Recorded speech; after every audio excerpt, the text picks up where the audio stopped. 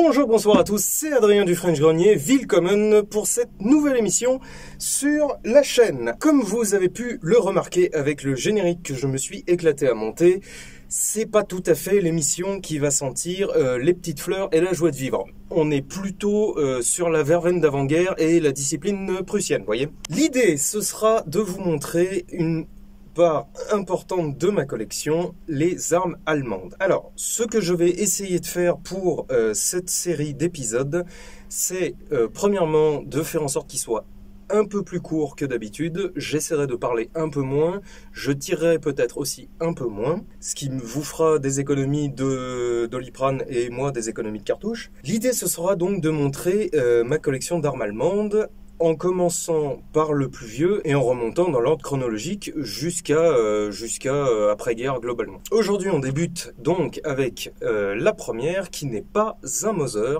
puisque globalement, c'est la seule de la série que je vous montrerai qui n'est pas un Mauser. Je veux bien entendu parler, vous l'avez deviné pour ceux qui connaissent un petit peu, le Gewehr 88. Je ne commence pas par le 71 pour une raison. Alors, j'en ai un. Il est là, il n'y a aucun souci. Je vous le montrerai peut-être à l'occasion si vous me le réclamez à corps et à cri. Il y a peu de chance. Je ne commence pas avec le 71 pour deux raisons. La première, c'est que bon, je considère que c'est une arme d'un certain prix. Je ne vais pas le trimballer un peu partout. En plus, c'est une version un peu rare. Pour ceux que ça intéresse, c'est une variante de franc-tireur, tireur d'élite. Je ne le montre pas aussi parce que je ne tire pas avec. C'est pas que je ne peux pas, parce que j'ai les munitions, je crois même que j'en ai des rechargées, mais je ne veux pas me taper le nettoyage de cette merde. Le démontage du 71 et encore pire du 71-84, le mien est à 71 pur, hein, mais bon, ça reste une purge à démonter. Par rapport aux autres, j'entends évidemment que c'est pas la complexité absolue, mais bon, ça reste un peu contraignant, et je ne veux pas avoir à nettoyer ce truc. Ceux qui connaissent un petit peu remarqueront, et sont déjà en train de m'insulter en commentaire, que ce n'est pas un 88. C'est un 88-14. Pourquoi un 88-14 et pas un 88? Donc pour ceux qui ne savent pas, 88-14, les grandes caractéristiques. Deux pièces rapportées ici qui servent de guide pour la lame chargeur. Généralement un cut à l'avant de la culasse et à l'arrière du tonnerre pour faire passer la balle Spitzer, la balle S. Et bien entendu, le magasin Mannlicher qui est bouché pour la simple raison qu'il n'y a plus de lame chargeur, donc elle n'a plus à tomber par le bas. Et je viens de répondre à la question pourquoi un 88-14 et pas un 88. Alors j'ai un 88 hein, bien entendu parce que en collection il faut avoir les deux. Mais au tir, déjà le 88 ne bénéficie pas toujours des améliorations dont bénéficie nécessairement le 88-14, ce qui fait qu'au tir c'est un petit peu plus particulier, faut le bichonner un petit peu plus, etc. Et en plus, le problème c'est que les lames chargeurs de Gewehr 88, ça vaut une blinde. Quand j'ai acheté mon 88, c'est un temps que les moins de 20 ans ne peuvent pas connaître, où les Gewehr 88 valaient 200 €. J'ai acheté le mien 200 €. Quand je regarde les prix maintenant, je suis là, oh bah putain, j'ai bien fait de l'acheter il y a 5 ans. Et quand j'ai essayé de trouver les lames chargeurs étaient à 90, voire jusqu'à 150 € pièce. J'étais là, putain. Donc la lame chargeur valait quasi aussi cher que le flingue. J'en ai pris deux, pour 2 bouts de tôle, ça m'a bien fait chier, et j'ai dit, au lieu d'en prendre 2 de plus, bah, je vais acheter un 88-14 et je vais plutôt tirer avec celui-ci. Et j'ai 1000 fois bien. Que dire globalement sur les 88? Il y a plein de choses à savoir sur les 88.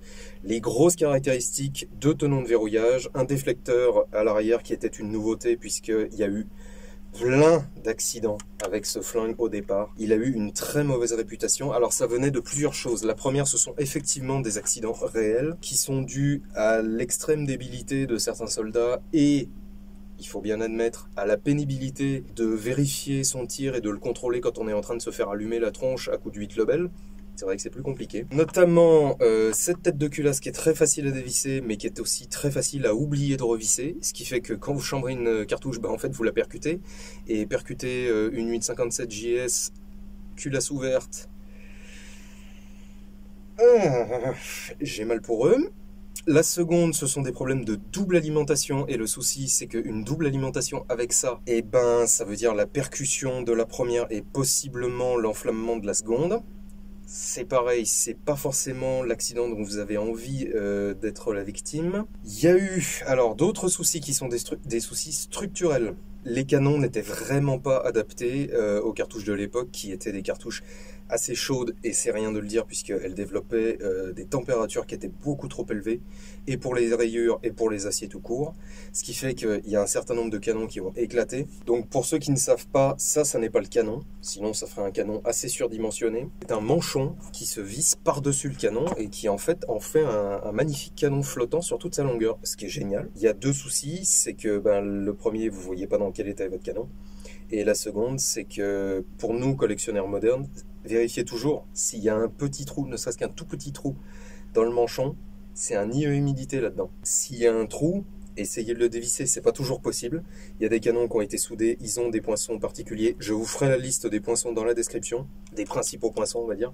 Essayez de le démonter parce que c'est vrai que votre canon peut être complètement bouffé. Et donc tous ces soucis-là ont été aggravés par le fait que le premier producteur de Gewehr 88 c'était Loewe, et Loewe était juif. Il faut admettre que en Allemagne, de toute manière avant 45, quelle que soit l'époque, parce que bon voilà, ça a toujours été comme ça, c'était pas forcément le super plan des juifs, et dans l'Allemagne prussienne de cette époque-là, c'était encore plus le mauvais plan, ce qui fait qu'en fait cette arme a bénéficié d'une réputation qui lui a collé au cul jusqu'à nos jours, et qui est mais ridicule. Son petit surnom c'était la pétoire juive, ce qui est d'une stupidité mais astronomique, ça tout le monde le sait.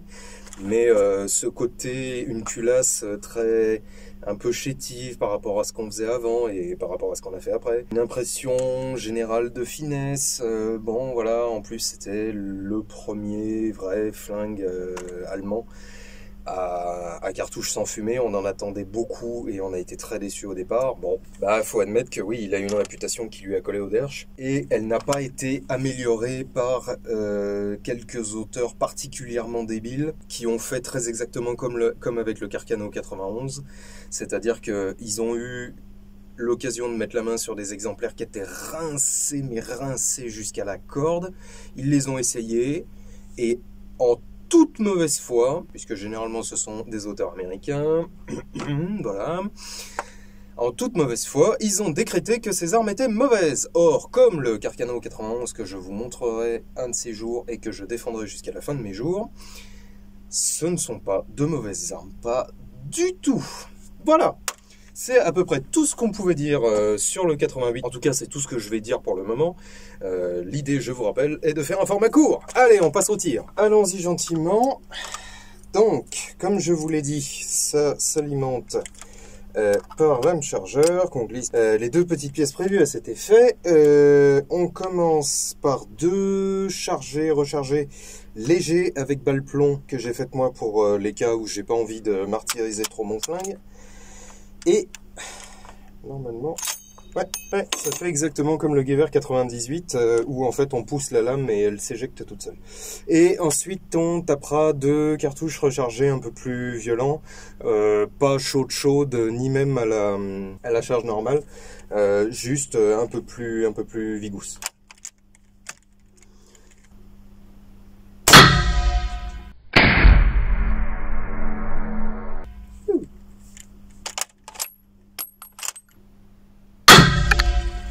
Les cartouches plus chaudes, on est sur de la FMJ, je sais plus combien de grammes.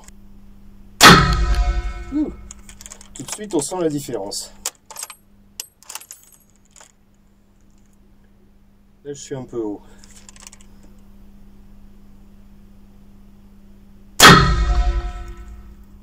Ouais, cool. Alors comme vous pouvez le voir, c'est un flingue vraiment agréable à tirer, quoi. Alors, les organes de visée sont un petit peu rudimentaires, on va dire. C'est comme toujours le souci de mettre un triangle non inversé dans un triangle inversé. C'est quand les deux sont bien francs, en fait, ça pose des soucis à la visée. En dehors de ça, niveau mécanique, la fluidité de la culasse, c'est un bonheur. Et à mon avis, ça a beau ne pas être un Moser, même si tout le monde l'appelle comme ça, à mon avis, c'est bien meilleur qu'un Moser niveau fluidité de la culasse.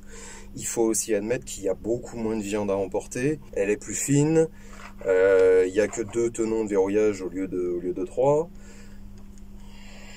Bon, ça joue peut-être, mais tous les Gewehr 88 ont vraiment des culasses extrêmement fluides. C'est la preuve, hein, c'est que ça bouge tout seul, ce qui ne sera jamais le cas sur un Mauser par exemple.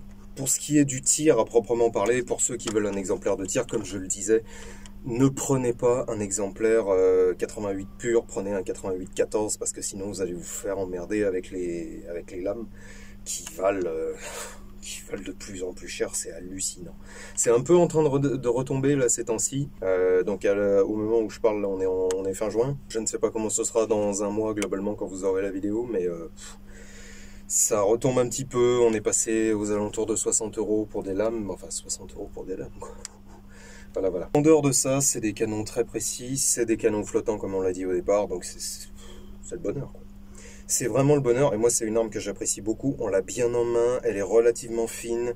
On les a presque mieux en main que les Gewehr 98 et K98 qu'on verra plus tard. C'est vrai que ça a tendance à piocher un peu vers l'avant, c'est des armes qui sont pesantes mine de rien, mais en soi heureusement parce que c'est vrai qu'avec le peu de poids que vous avez à l'arrière vraiment en termes de crosse et en termes de culasse pure, ben heureusement qu'il y a un peu de poids à l'avant parce que sinon le flingue remonterait mais terriblement. Voilà, globalement c'est tout ce qu'on avait à dire sur le Gewehr 88. J'espère que ça vous aura plu. N'hésitez pas à me le dire en commentaire si cette nouvelle émission vous plaît, s'il y a des fans absolus d'allemand parmi nous. N'hésitez pas à le dire en commentaire, vous abonner si c'est pas déjà fait, puisque je rappelle qu'une bonne partie d'entre vous, petits polissons, ne sont pas abonnés. Et puis ma foi, on se retrouve la prochaine fois pour une prochaine arme allemande. Allez, tschüss!